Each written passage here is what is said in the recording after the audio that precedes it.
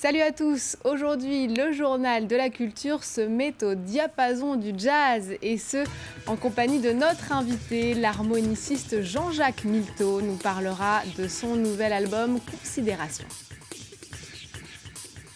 Et puis crooner surdoué, il est le bout en train du jazz anglais, rencontre avec Jamie Cullum. Enfin, le jazz est la star de nombreux festivals de l'été. Vous verrez que loin d'être réservé à des adultes mélomanes, il séduit aussi les plus petits. Et donc j'accueille Jean-Jacques Milteau sur ce plateau. Bonjour. Bonjour. Merci beaucoup d'être avec nous. On parle de cet album Considération. Vous êtes entouré de Manu Galvin, Michael Robinson et Ron Smith. Et c'est un album, qu'on peut le dire, est largement inspiré des musiques noires et notamment celles des États-Unis. D'où est venue cette idée ?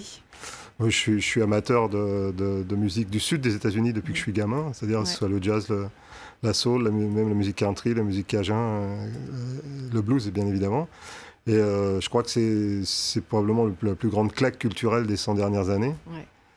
Et il y avait de quoi faire, donc on s'est réunis avec quelques camarades que vous avez cités pour rendre hommage. Voilà. Ouais. Alors justement, on va écouter et voir tout de suite ce que ça donne en regardant un clip extrait de cet album. Ça s'appelle Keep on Moving. You just keep on moving. What they say you need to win. Don't stop the moving. You just keep on moving.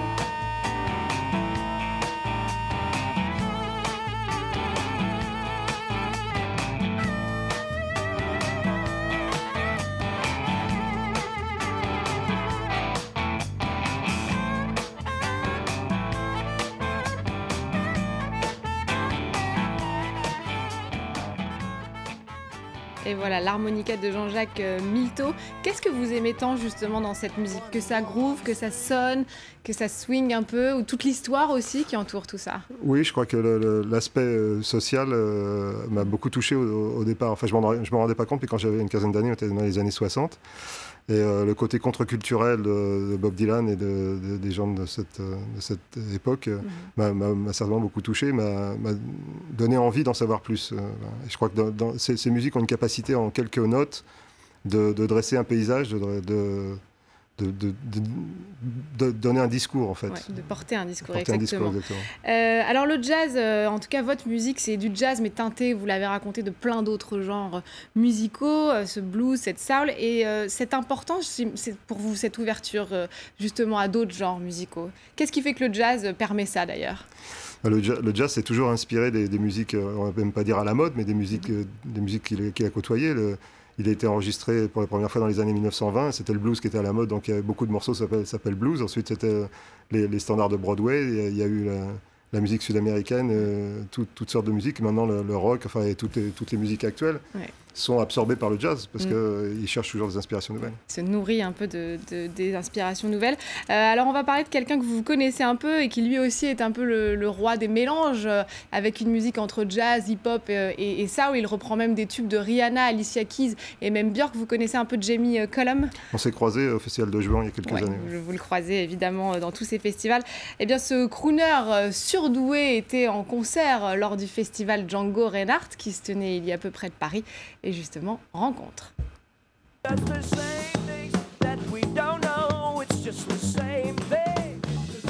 Jamie Cullum, bout en train du jazz anglais, est venu rendre un vibrant hommage à son père spirituel, Django Reinhardt.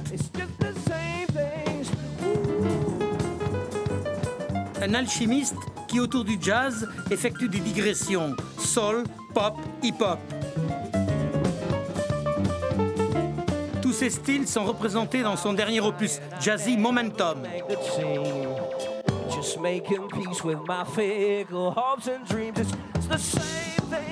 C'est mon 6e album, c'est une combinaison de tout ce que j'ai fait auparavant. J'ai exploré des éléments de musique contemporaine dans le jazz depuis le début.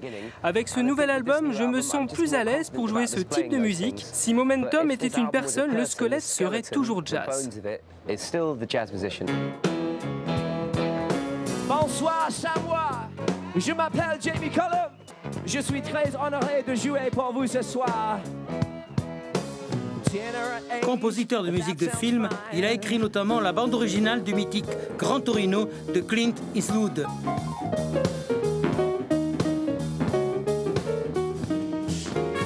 son talent éclectique ne s'arrête pas là. Ce chanteur déjanté sait aussi se transformer en crooner.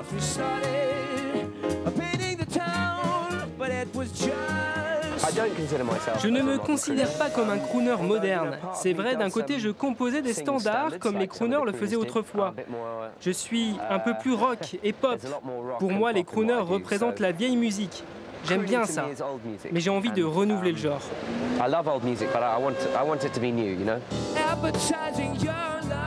Chanteur scénique, Jamie Cullum, c'est aussi un pop star impliqué le public.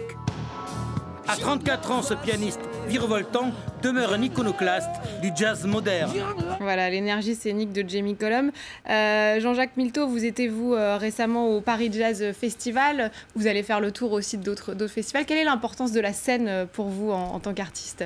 C'est essentiel, c'est le spectacle vivant, le contact avec le public, c'est particulièrement dans les musiques qu'on évoquait tout à l'heure, ouais. C'est l'essentiel, parce qu'il se passe quelque chose sur scène qui se passe nulle part ailleurs. Pas à l'enregistrement en tout cas. Ouais.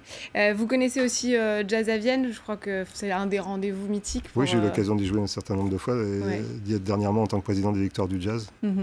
Alors justement, c'est le premier festival de jazz en France par sa fréquentation et il fête cette année sa 33e édition. 200 concerts vont se dérouler dans les arènes du Théâtre Antique jusqu'au 13 juillet prochain. Et pour ouvrir le bal, la chanteuse franco-camerounaise Sandra Nkake a donné mardi un concert devant un public de choix. 6000 enfants découvrant le jazz. 10h du matin dans les rues de Vienne. Une heure bien matinale pour un concert de jazz. Et pourtant, ces écoliers venus de tout le département convergent par milliers vers le célèbre théâtre antique de la ville. Je compte jusqu'à 4 et on chante la formule magique tous ensemble.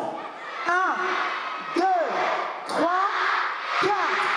Pour tenter de faire ressusciter ces grands noms du jazz aux oreilles de plus de 6000 enfants, le festival a fait appel à Sandra Nkake, la franco-camerounaise consacrée Victoire du jazz en 2012.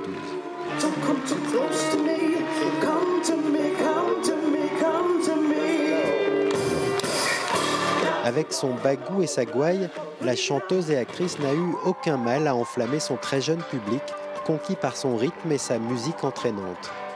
Pas facile pour autant de trouver un enfant capable d'expliquer ce qu'est précisément le jazz.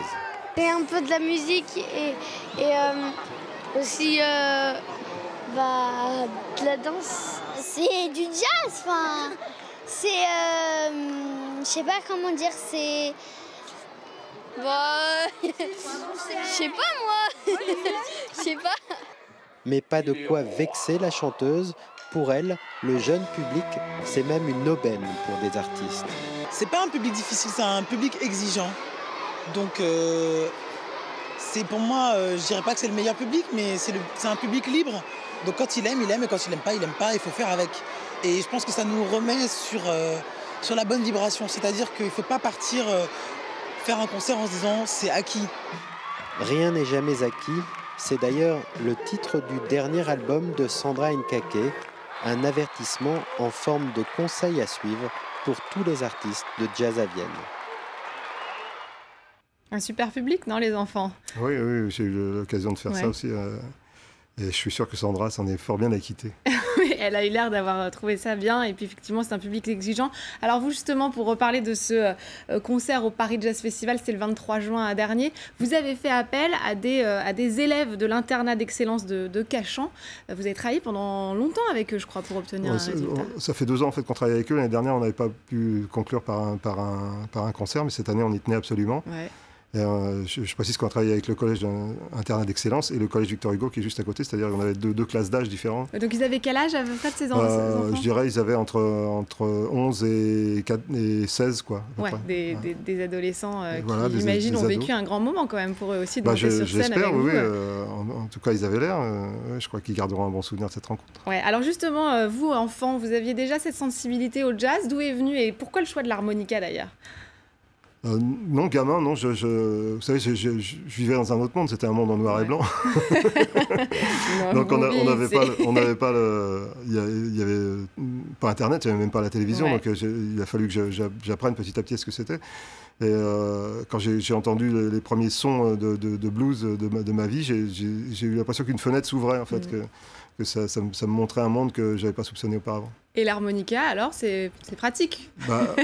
Oui, on peut le définir. Ouais, c'est ça, c'est venu de là peut-être, non, mais c'est vrai, ça fait partie. C'est pratique, c'est pas cher, donc quand on ouais. est adolescent, effectivement, c'est un bon instrument pour commencer. Ouais. Et surtout, c'est très près du corps, très près de la voix, quoi. C'est très sensuel.